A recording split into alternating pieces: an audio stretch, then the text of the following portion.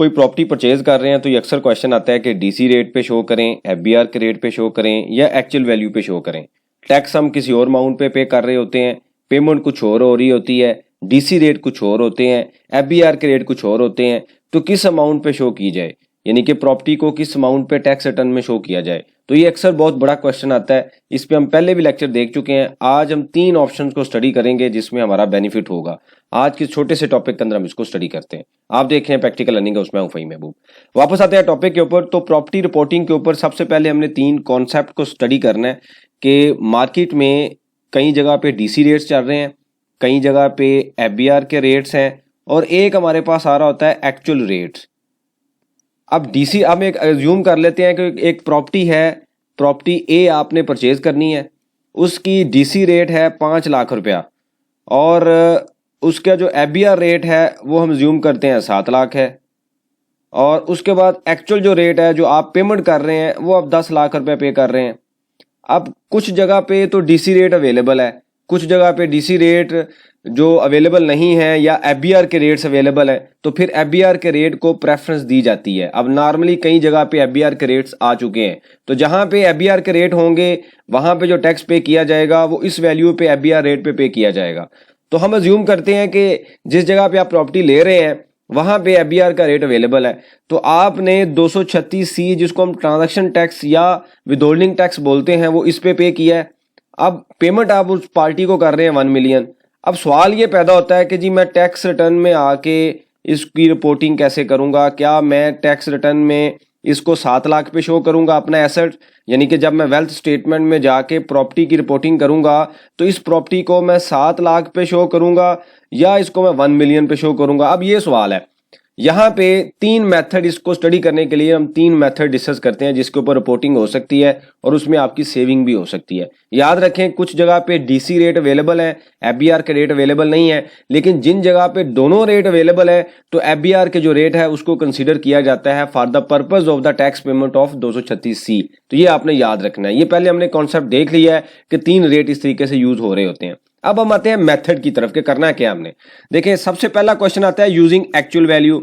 Actual value में क्या है, जैसे हमने नीचे स्टडी किया है कि आपने 10 लाख की जो पेमेंट की है ना आप उस पर रिपोर्ट कर दें, यानी कि आपने अब ये जो पैसे हैं ये आपकी बैंक स्टेटमेंट से आपने पे किया है या आपने पे ऑर्डर दिया है, तो ऑब्वियसली हम इसी वैल्यू पे शो करेंगे। अब बैंक स्टेटमेंट से आपने पे ऑर्डर के थ्रू अगर पेमेंट की है तो आपने 1 मिलियन पे किया हुआ है। अब सवाल ये पैदा होता है कि जी मैंने तो टैक्स पे किया है 7 लाख पे और मैं रिपोर्ट कर रहा हूँ 1 मिलियन पे, तो क्या एफबीआर की तरफ से कोई क्वेश्चन आएगा? बिल्कुल कोई क्वेश्चन नहीं आएगा।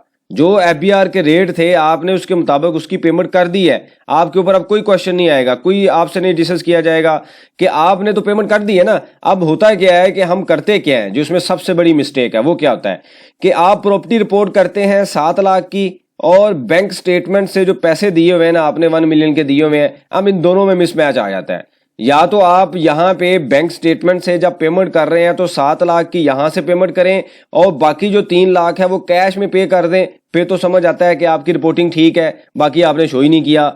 लेकिन प्रॉब्लम ये आती है कि हम कर रहे होते हैं 7 लाख शो करते हैं, बैंक में पैसे ज्यादा दिए होते हैं, तो जब कभी कोई क्वेश्चन रेज होता है तो यहाँ पे मिस स्टेटमेंट आ जाता है कि आपने जो रिपोर्टिंग है वो सही तरीके से नहीं की।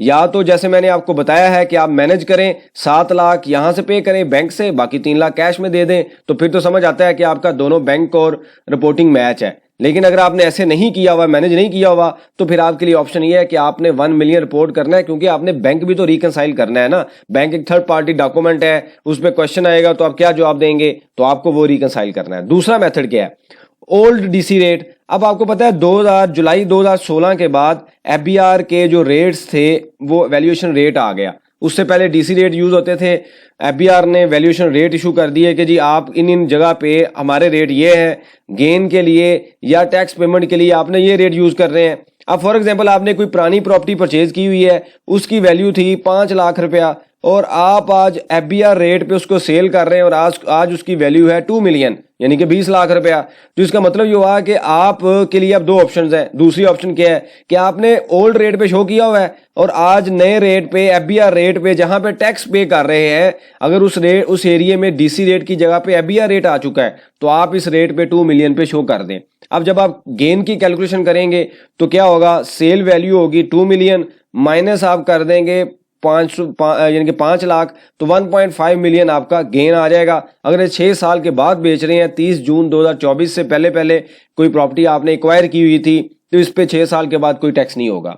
एक तरीका तो ये है। इस तरह होगा क्या कि ये जो पैसा है ना, ये जो 2 मिलियन है, ये सारी की सारी आपकी वाइट मनी हो जाएगी। इसको आप इस सोर्स को यूज कर सकते हैं किसी और पर्पज के लिए, क्योंकि आपका ओरिजिनल कैश जनरेट हो चुका है। तीसरी ऑप्शन क्या है, ये बड़ी इंपॉर्टेंट है।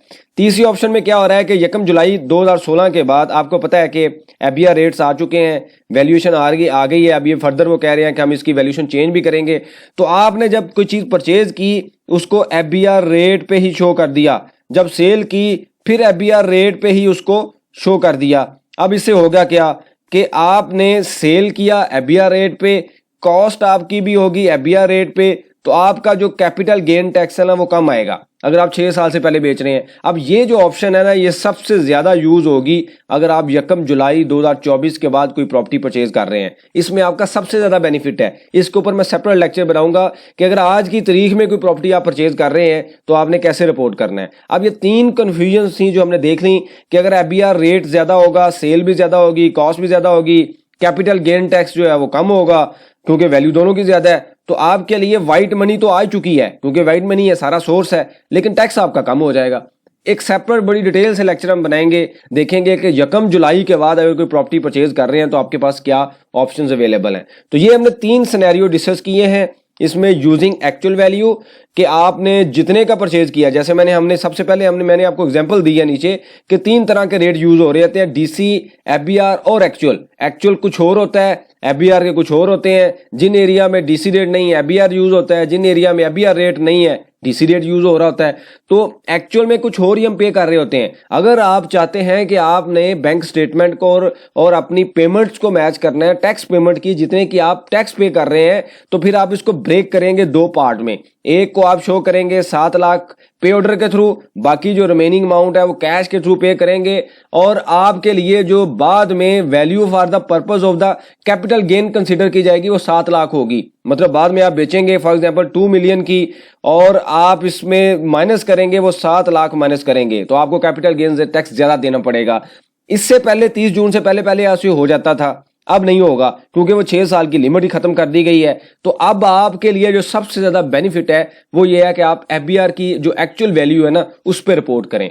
उस पर रिपोर्ट करने से आपका गेन टैक्स कम होगा और उसके बाद या एफबीआर वैल्यू पे रिपोर्ट करें, आपका गेन टैक्स कम होगा। डीसी रेट का कॉन्सेप्ट जो है वो आस्ता आस्ता खत्म हो रहा है क्योंकि पहले 6 साल की लिमिट होती थी, लोग रखते थे, कम वैल्यू पे शो किया, ज्यादा वैल्यू पे सेल किया, 6 साल के बाद बेचा, गेन टैक्स कोई नहीं है, आपकी सारी की सारी व्हाइट मनी है। अब आप 6 साल में बेचें, 3 साल में बेचें, 15 साल में बेचें, टैक्स तो आपको देना है। तो आप अब कोशिश करेंगे हम टैक्स कम से कम पे करें। तो उसके लिए ये ऑप्शन है कि आप एफबीआर वैल्यू या एक्चुअल वैल्यू पे लेके जाएं। अगर आप एक्चुअल पे नहीं लेके जाना चाह रहे तो एटलीस्ट आपको एफबीआर की वैल्यू पे लेके जाना है। लेकिन मैं दोबारा बता रहा हूं कि अगर आप ये मेथड यूज कर रहे हैं तो फिर आपने बैंक स्टेटमेंट से भी जो पेमेंट्स है वो भी इस तरीके से प्रोसेस करनी है ताकि आपकी बैंक स्टेटमेंट और वेल्थ दोनों मैच रहें।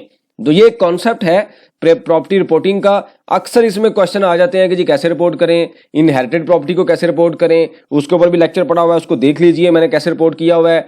अब मैंने 3 सिनेरियो बता दिए, 2016 से पहले क्या था, 2016 के बाद क्या है। अगर कोई पुरानी प्रॉपर्टी है ऑब्वियसली डीसी रेट पे रिपोर्ट हुई हुई है, आप एक्चुअल वैल्यू लें, गेन टैक्स बढ़ाएं और 6 साल के बाद बेच रहे हैं, कोई टैक्स नहीं होगा, सारी की सारी व्हाइट मनी होगी।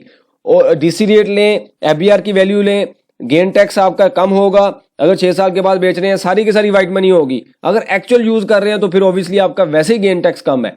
दोनों तीनों ऑप्शंस में आपने बैंक स्टेटमेंट को और जो रिपोर्टिंग है उसको मैनेज करके चलना है ताकि फ्यूचर में आपके लिए कोई प्रॉब्लम्स ना आए। तो ये कॉन्सेप्ट है, बेसिकली आपने याद रखना है। जब भी आप प्रॉपर्टी परचेज करें तो प्रॉपर्टी परचेज करने के बाद आपके ज़हन में ये क्वेश्चन होना चाहिए कि मैंने उसको रिपोर्ट कैसे करना है। आप ड्यूरिंग द ईयर परचेज करते हैं, एंड में 30 जून पे जाके पता चलता है कि जी रिपोर्टिंग तो बिल्कुल सही नहीं है, बैंक कुछ और कह रहा है, एक्चुअल में कुछ और है, टैक्स कुछ और पे किया हुआ है।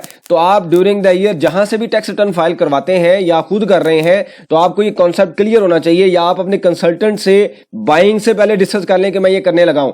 आपको एक अच्छा कंसल्टेंट सही मशवरा देगा ताकि आपके लिए प्रॉब्लम्स ना हो, क्योंकि उन्होंने टैक्स रिटर्न फाइल करनी है। ड्यूरिंग द ईयर अगर चीजें मैनेज हो जाएंगी तो आपको कोई प्रॉब्लम्स नहीं होंगे, मसले नहीं होंगे। मैं सारी चीजें इस वजह से बार बार हम डिस्कस कर रहे हैं ताकि हमें अवेयरनेस आए, टैक्स का पता हो, ये एक प्रॉपर आर्ट है, साइंस है, हमें समझना चाहिए कि ये चीज़ें कैसे कैसे चल रही हैं। हालांकि कोई इतनी मुश्किल नहीं है, लेकिन चूंकि हमें पता नहीं होता, हम स्टडी नहीं करते, इस वजह से बाद सम टाइम जब रिपोर्टिंग के टाइम पे हम जब जाते हैं तो हमें पता चलता है कि ये तो मेरी डायरेक्शन ही सही नहीं है, मुझे प्रॉब्लम आ जाएगा। उस टाइम पे फिर आप रिस्क ले रहे होते हैं कि ठीक है हम इस पर रिपोर्ट कर देते हैं, बाद में कोई मसला आएगा तो देख लेंगे। भैया आपको पता होना चाहिए कि अगर आपकी सारी चीज़ें ठीक हैं तो आपको मसले ही क्यों आए, आपकी रिपोर्टिंग ही ठीक होनी चाहिए। उसके लिए ट्रांजैक्शन के टाइम पे जब बाइंग और सेलिंग हो रही होती है, उस टाइम पे चीज़ को मैनेज करना बहुत इंपॉर्टेंट है। मैं दोबारा स्टेटमेंट ये रिकॉर्ड करा रहा हूँ कि ये ट्रांजैक्शन के टाइम पे चीज़ें अगर मैनेज नहीं होंगी तो बाद में काफ़ी प्रॉब्लम्स क्रिएट हो सकती हैं। तो जब भी आप प्रॉपर्टी परचेज करें, आपके ज़हन में 3 क्वेश्चन होने चाहिए। क्या मैंने एक्चुअल पे इसको शो करना है,